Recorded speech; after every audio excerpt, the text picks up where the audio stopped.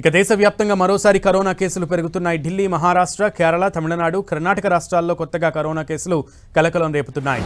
ఈ క్రమంలోనే ఢిల్లీ, కర్ణాటక, ఆంధ్రప్రదేశ్ ప్రభుత్వాలు అలర్ట్గా ఉండాలని హాస్పిటల్స్కు ఆదేశాలు జారీ చేశాయి. ఢిల్లీలో 3 ఏళ్ల తర్వాత కొత్త కరోనా కేసులు నమోదయ్యాయి. ఇక్కడ తాజాగా 23 కోవిడ్ పాజిటివ్ కేసులు వెలుగు చూశాయి. దీంతో ఆసుపత్రులన్నింటిలో కూడా బెడ్లు, ఆక్సిజన్ సిలిండర్లు, టెస్టింగ్ కిట్లు, వ్యాక్సిన్లు అందుబాటులో ఉంచాలని అక్కడి బీజేపీ ప్రభుత్వం ఆదేశాలు జారీ చేసింది. అయితే ఈ కేసుల్లో తీవ్రమైనవి లేవని, దాదాపుగా అన్ని కేసుల్లో తేలికపాటి లక్షణాలే కనిపిస్తున్నాయని అధికారులు తెలిపారు.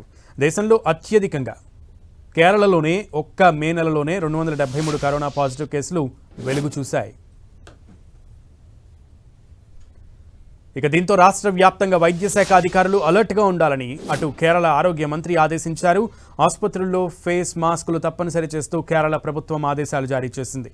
జలుబు వంటి లక్షణాలున్న ప్రజలు కూడా మాస్కులు ధరించాలని సూచించింది. మహారాష్ట్రలోని థానేలో కరోనా వైరస్ మళ్లీ కలకలం రేపుతోంది.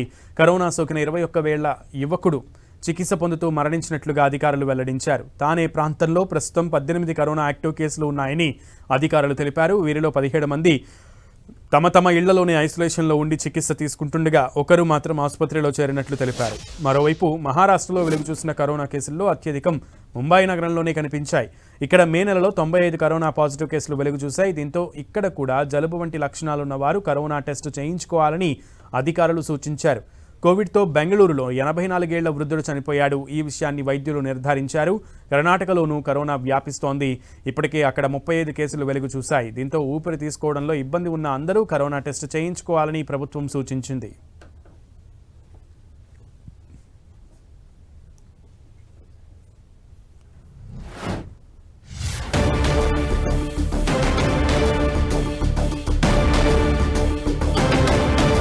తెలంగాణలోకి కూడా మహమ్మారి మళ్లీ వచ్చేసింది. తెలంగాణలో తొలి పాజిటివ్ కేసు నమోదవడంతో అప్రమత్తమైన తెలంగాణ వైద్య ఆరోగ్య శాఖ అన్ని ప్రభుత్వ హాస్పిటల్స్, ప్రాథమిక ఆరోగ్య కేంద్రాల్లో కోవిడ్ పరీక్షలు చేయడానికి సన్నద్ధమవుతోంది. గాంధీ, ఫీవర్, ఉస్మానియా వంటి ఆసుపత్రుల్లో ఇప్పటికే ర్యాపిడ్ పరీక్షలు నిర్వహిస్తున్నారు. మరోవైపు గాంధీ ఆసుపత్రిలో 78 బెడ్స్తో కోవిడ్ వార్డును ఏర్పాటు చేశారు. ఉస్మానియాలోనూ కోవిడ్ వార్డును సిద్ధం చేస్తున్నట్లుగా సమాచారం. తెలంగాణ వైద్య ఆరోగ్య శాఖ అన్ని ప్రభుత్వ హాస్పిటల్స్, ప్రాథమిక ఆరోగ్య కేంద్రాల్లో కోవిడ్ పరీక్షలు చేయడానికి సన్నద్ధమవుతుంది. గాంధీ, ఫీవర్, ఉస్మానియా వంటి ఆసుపత్రుల్లో ఇప్పటికే ర్యాపిడ్ పరీక్షలు నిర్వహిస్తున్నారు. దేశవ్యాప్తంగా పలు రాష్ట్రాల్లో కరోనా కేసులు నమోదవుతున్న నేపథ్యంలో కేంద్ర వైద్య ఆరోగ్య శాఖ స్పందించింది. అప్రమత్తంగా ఉన్నట్లుగా తెలిపింది. కరోనా దేశవ్యాప్తంగా అలజడులు సృష్టిస్తోంది. ఈ నేపథ్యంలో తెలంగాణలో కూడా మహమ్మారి రానే వచ్చేసింది. తెలంగాణ వైద్య ఆరోగ్య శాఖ ఒక కేసు నమోదవడంతో ఒక్కసారిగా అలర్ట్ అయింది. ముఖ్యంగా ప్రభుత్వ వైద్య హాస్పిటల్స్లో అన్నింటిలో కూడా ఏర్పాట్లు చేసింది. ప్రత్యేకమైన బెడ్లు, ఆక్సిజన్ సిలిండర్లు, ఎక్కడా ఎవరికి ఎటువంటి కొరతలు లేకుండా ప్రభుత్వం అప్రమత్తంగా ఉన్నట్లుగా తెలిపింది. ఇక ఏపీలో కరోనా కేసులు కలకలం రేపుతున్నాయి. కాకినాడ జీజీహెచ్లో ఓ వ్యక్తికి కోవిడ్ పాజిటివ్ నిర్ధారణ అయింది.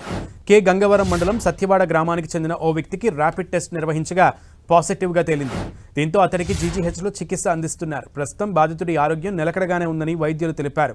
ఏపీలో మెల్లమెల్లగా కరోనా కేసులు పెరుగుతుండటంతో ఆసుపత్రుల్లో వ్యాక్సిన్లు, పీపీఈ కిట్లు, 3 లేయర్ల మాస్కులు అందుబాటులో ఉంచాలని ప్రభుత్వం ఆదేశించింది. కరోనా కేసులు పెరుగుతున్న దేశాల నుంచి వచ్చే వారందరూ కోవిడ్ టెస్ట్ చేయించుకోవాలని కోరుతుంది.